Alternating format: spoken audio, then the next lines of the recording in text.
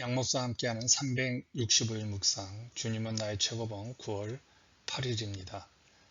오늘의 주제는 하나님께 의지한 싸움입니다. 오늘 주제 배경을 나누겠습니다. 고린도후서 10장 5절의 말씀이죠. 하나님 아는 것을 대적하여 높아진 것을 다 무너뜨리고 모든 생각을 사로잡아. 오늘 이 말씀은 내일 묵상할 말씀과 같은 말씀입니다. 6일간 3개의 주제를 이틀씩 시리즈로 한다고 말씀을 드렸죠. 오늘이 두 번째 시리즈 시작하는 날이죠. 원문 제목이 Do it yourself라는 겁니다. 내 자신이 하라. 내가 해야 할 싸움이 있다는 겁니다. 우리는 매일매일 힘든 결정을 하면서 하나님 허락하신 거룩을 향해서 완성된다는 것이죠. 인간의 자연적 삶이라는 참호와 맞서서 싸워야 한다는 주제가 오늘 본문입니다. 육적 싸움에서 영적 싸움으로 이게 매일 중요한 우리의 싸움입니다. 우리가 오해하는 것이 하나 있습니다. 죄로부터의 구원이 우리의 본성이 변화되었다는 착각입니다. 챔버스가 이렇게 말하죠. 죄로부터의 구원이란 인간 본성으로부터의 구원을 의미하는 것이 아닙니다. 그래요, 우리는 구원받았지만 우리의 본성은 그대로 남아있죠. 그래서 바울 같은 분도 이렇게 고백하잖아요. 나는 공고한 사람이다. 바울이 구원받지 못했기 때문에 이런 고백을 하나요? 아직도 그에게 남아있는 옛 본성, 죄성 때문에 이렇게 고민한다는 겁니다. 이 본성과의 싸움이 우리에게 있다는 겁니다. 이것을 성화라고 하기도 하죠. 우리가 거룩해지기 위해 싸우려면 먼저 어디서 싸워야 하는지 알 필요가 있습니다. 전투의 영역을 불명하게 알아야 하죠. 스스로 우리가 이겨낼 수 있는 성화의 싸움과 하나님의 전폭적인 도우심으로 싸워야 할 것들을 구별해야 합니다. 챔버스가 이렇게 말합니다. 인간의 본성 중 성격 같은 것들은 신자들이 무시하면 제거됩니다.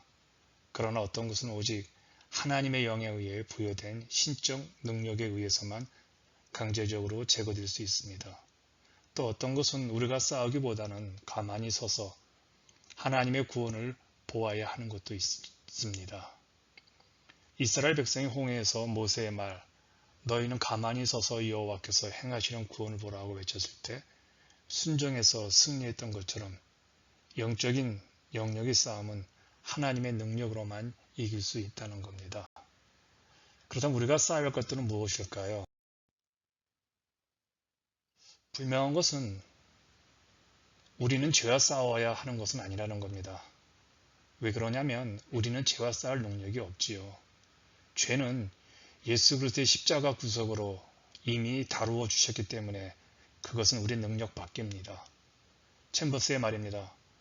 오직 하나님께서 우리의 성향을 바꾸시고 우리가 성화의 과정으로 들어가야만 그 싸움은 시작이 됩니다. 하나님께서 우리의 성향을 바꾸시면 육에 속했던 삶이 영에 속한 삶을 살기 위해 싸우게 되어지죠. 이게 성화입니다. 죄와의 싸움은 하나님의 영역이잖아요. 그런데 죄로부터 구원받은 우리는 이제부터 성화의 싸움을 시작한다는 겁니다. 여기서 싸움이 시작이 됩니다. 그런데 영적 싸움에서 가장 중요한 것은 먼저 우리가 구원받은 사람이라는 사실을 꼭 기억해야 합니다. 그리고 죄에 대하여 싸우기보다는 육에 속한 삶을, 영에 속한 삶을 바꾸는 싸움에 들어가야 한다는 겁니다. 이것은 하나님의 구원을 통해 인간의 자연적 삶이라는 참호와 맞서서 싸워야 합니다.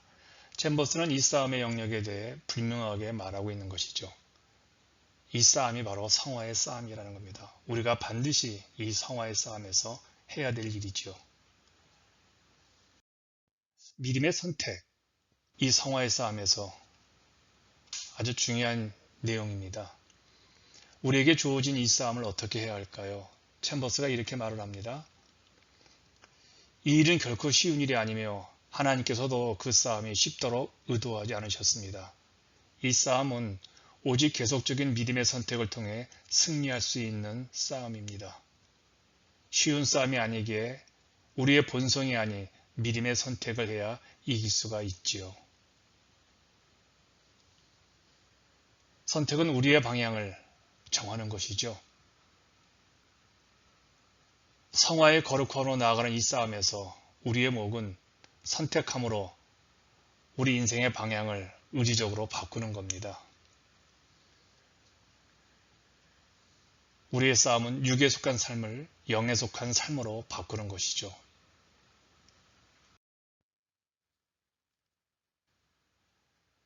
죄사함을 받은 우리가 계속 믿음의 선택을 한다면 어떻게 할까요?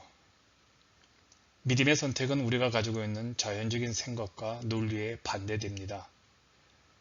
챔버스는 믿음의 선택을 이렇게 규정했죠.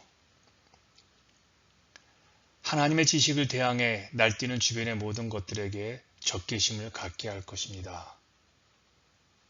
그러므로 믿음의 선택은 우리의 의지에 달려있죠. 만일 우리가 믿음을 선택하면 하나님을 대적하는 모든 것과 싸워 이길 수 있을 것이고, 반대쪽을 선택한다면 하나님 나라와 관계없는 삶을 살게 될 것입니다. 믿음의 선택을 한다면 다른 사람의 영혼을 구원하는 영광스러운 삶을 살 것이고, 반대쪽을 선택한다면 이 세상에서 패배자로 살 것이라는 것이죠. 이제 결단을 한번 요구받았으면 좋겠습니다. 하나님께서는 이미 우리에게 구원을 베풀어 주셨습니다. 하나님께서는 우리 자신의 성품이 거룩해지고 있다는 느낌이 아니라 죄사함을 통해 우리를 거룩하게 하십니다. 우리는 죄사함을 받은 그 상태에서 계속적인 믿음의 선택을 통해 거룩한 하나님의 성품으로 나아가는 일만 남았지요. 이제 우리는 무엇을 선택하며 살아야 할까요? 결코 쉽지 않은 싸움일지라도 믿음을 선택한 자는 그 길을 갈 수가 있지요. 이제 우리의 고백입니다.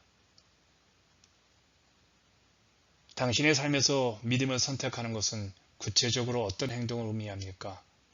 점검하고 실천 항목을 적어보시길 바랍니다. 당신은 예수님을 사령관으로 모시고 온 힘을 다해 싸우고 있습니까? 예수님은 당신에게 강력한 무기를 공급해 주십니다. 만일 당신이 이 싸움에서 승리한다면 영광은 당신이 아닌 예수님께 돌아갑니다. 이 싸움에 들어온 여러분 모두를 응원하겠습니다.